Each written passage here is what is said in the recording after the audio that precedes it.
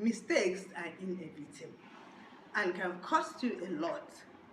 But what about a life without a mistake? It will be boring.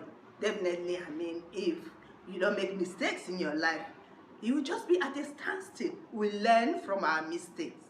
And in our today's video, we are going to be looking at mistakes that you should avoid on your financial freedom journey. Welcome, and welcome to my Life Plan Tips channel, where we talk about creating wealth online in order to get you to your financial independence destination. Now, the number one thing we're going to be looking at is tracking your finances. Tracking your income. Okay, if you don't track your income, you don't know where your money goes to. How will you know how much you earn? Or how will you know when you get to your financial independence line? So don't make the mistake of not tracking. And when I say tracking, what do I mean by that? I mean keeping records of your money, keeping record of your income, keeping record of anything finance that comes your way. You keep record of how much income comes to you. Yes. You keep record of what you spend. Yes. You keep record of what your interest from your various investments are. Now, you can keep record for a week, you can keep record for a month, you can keep record for 3 months. Yes. And the best way to start doing that is to use apps that you have. Well, we have several of such apps. You can use Personal Capital. Yes. You can use Mint. Yes. You can use your ordinary spreadsheet. Yes. Very good for keeping record. Or you can use your pen and pencil. You can use your notepad. Yes.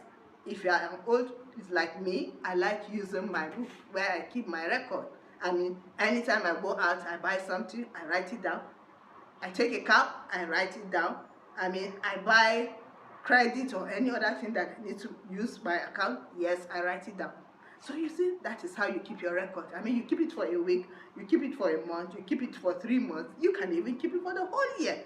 By the time you're done with keeping your record, you do your calculation, then you know how much money you spend each month, right? If you know how much income you spend, how much you spend out of your income, you have a record of that, then you will know how much expenses you spend every month. Then you do your own calculation.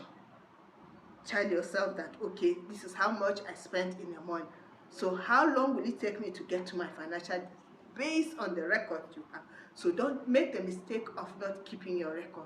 It's a great mistake if you don't keep the record of your finances. Secondly, not automating your money. When you have your money at the end of the month, how do you have access to it? There are some deductions that should be automatic. Yes. Such money should not come to you. And one of such is your retirement income. Such money should not come to you. That money should be deducted immediately your salary drops or the money from your business drops into your account. Let there be a direct debit to another account where you have it as it, so that you don't even have access to such money before you get tempted and you touch that money.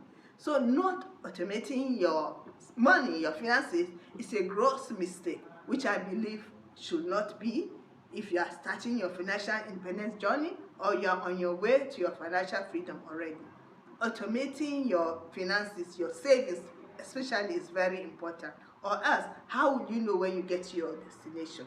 You need to automate all your accounts, all your money. Then we look at not keying into your employer's equity contribution. Yes, this is very important. If your company or if you're working for the government, if they offer that equity contribution, say you are contributing like 20,000 towards your retirement pension, yes, and your company offers to pay an additional 20,000, or the government decides to pay in 20,000 into your retirement savings, don't leave it. It's a good opportunity for you to have that. It's almost like free money. Yes, because if you don't key into it, the government will not give you. If you have a company that is given that equity Sure. And you tell yourself that you don't need to, well, you are just leaving money like that on the table.